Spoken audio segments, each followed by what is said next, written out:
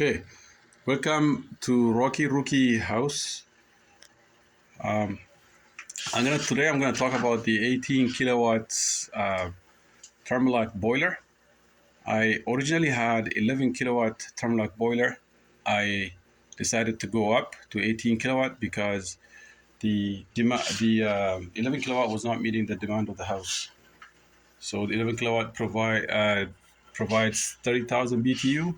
This one provides 61,000 BTU. I apologize for, I'm trying to zoom, show you the BTU information. Oh, I guess I can't get it. I could read it there as like 61,416 BTU. So this should provide enough heat for the winter. When it's January, it only runs in January and February. When it outside temperature it gets up to minus 27. You know, I don't need it. I use heat pump when it is above minus 5 Celsius. So right now outside is minus 9 Celsius. So um, so now I installed it already. The big thing about this is the difference between the 11 kilowatt and 18 kilowatt. You need uh, a bigger breaker. So the 11 kilowatt 40 amp breaker is good. This one you need 75 amps breaker. So it draws 75 amp, but the company recommends to use 100 amp breaker for overcapacity. So I have to put, and this is all in the manual. Read the manual. Make sure you read the manual, otherwise you will make a mistake. So I put 100 amp there. So one of the big thing I noticed is that with 18 kilowatts, you need a higher gauge, 3/0, and that that is expensive right now, very expensive. I lucked out that I had a leftover from the house project that I bought before COVID, but otherwise it would have cost me. Uh, I decided even to go a short distance, make sure the 100 amp breaker is on in that panel as opposed to the panel far away, which is 200 amp panel. The cable, if I were to run it from there, I don't have enough, and if I have to buy, the price of the cable is as much as the price of the boiler itself. So the cable alone is where it kills you, right? These copper cables are very, very expensive these days. I mean, wiring a house, you can buy panels, breakers, whatever, but the cables are the one that break your back. Now, let's go back to the boiler. So, for the installation, it's an easy and straightforward. Read the manual, it will show you. First thing you do is make sure you ground it. So you need number 6 is good enough for grounding, right? Number 6, even number 8 is good enough. So I use number 8, I think over there. Yeah, that's number 8, the green one. So I grounded it with number 8. Once the grounding is done, I put that L1, L2 lug nuts and make sure you grease it and tighten it really well. I almost had a fire with 11 kilowatt because I did not tighten it really well.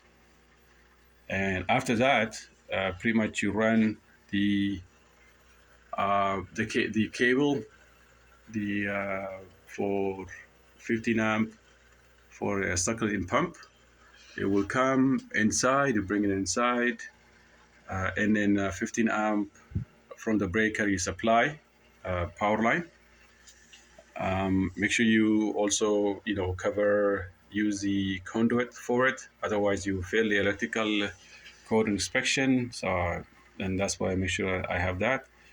And then after you bring it in, you tie the neutral together, the two neutral from the pump and from your service panel. And then you ground the ground from the pump and service panel, and then you have two black ones that are for dry contact, meaning They stay open. It's like a switch.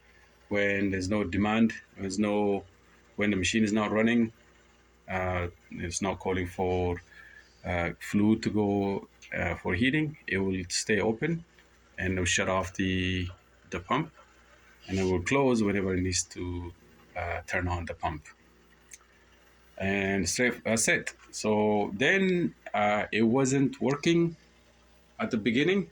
I was scratching my neck and just wasn't working for me for a while.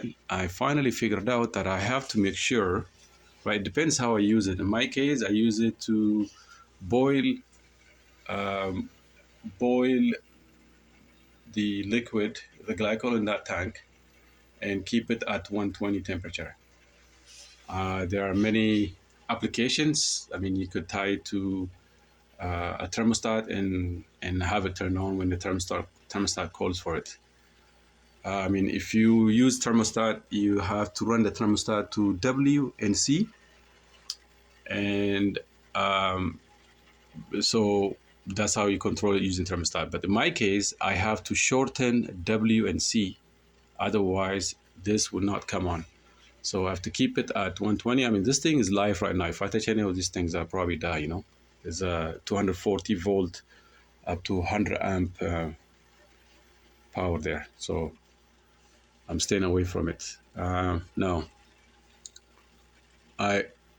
so you make sure that the S1, S2, there's a short, and there is also very critical. If you don't shorten that, it will never come on, and you'll go crazy. And W and C is shorted together. So once you do that, the system will come on and maintains whatever temperature you set it. So the temperature you set it at is a dial inside, and I set it at 120. So, and it's in the manual also. Number 5, dial number 5, it gives you up to 120 Fahrenheit or 50 Celsius. That's what I have running. When you are tying these pumps, I mean, it's in the manual how you would put that tank, what is it called?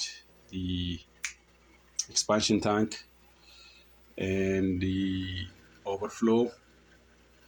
So another mistake I made is I have to correct this. This has to be brass, right? And it has to point down, not up like that. So I have to come up brass up to here, come out and point down. Make sure that when it's pointing down, it's close to tied right to the T, and then run extension forward to come out. So the extension will run from here, not from there. So I gotta correct that. So I gotta tie this right to the T, and then the extension here, put it there. So and then make sure this is brass. If you are having an inspection for plumbing, that has to happen. I learned that because my hot water tank has to be done that way. So which also I made a mistake there for my hot water tank, the way I put the overflow. Now, there's no, the city does not inspect my hydraulic heating system. They don't have anybody to do that.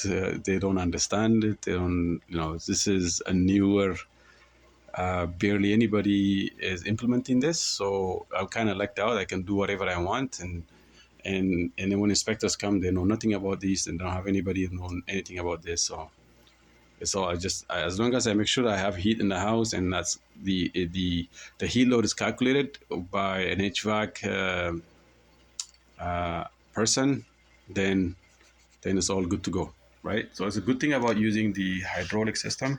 You don't have to deal with the city that much. You just have to make sure things are approved, and you're set. Now, so that's all I have for the boiler. And today I have some issues, and if you follow my hydraulic system installation, I've been correcting things and experimenting and making sure that I have heat in the house.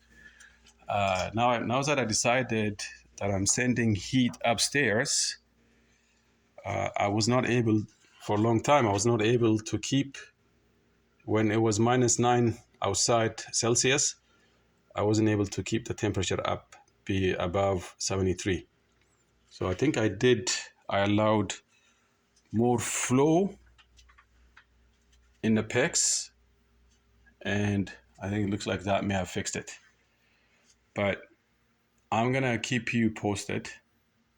It sounds like I need a secondary pump because I only have one group pump over there, right? So I may need to add another pump in parallel and separately run the first floor and then another pump for the second floor by itself. Right now, one single pump is controlling the group pump, controlling the whole, it's coming on that line, going T on this, and then going down another, down to the floor.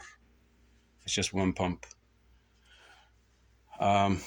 Yeah, it's the biggest pump from Gurnoff.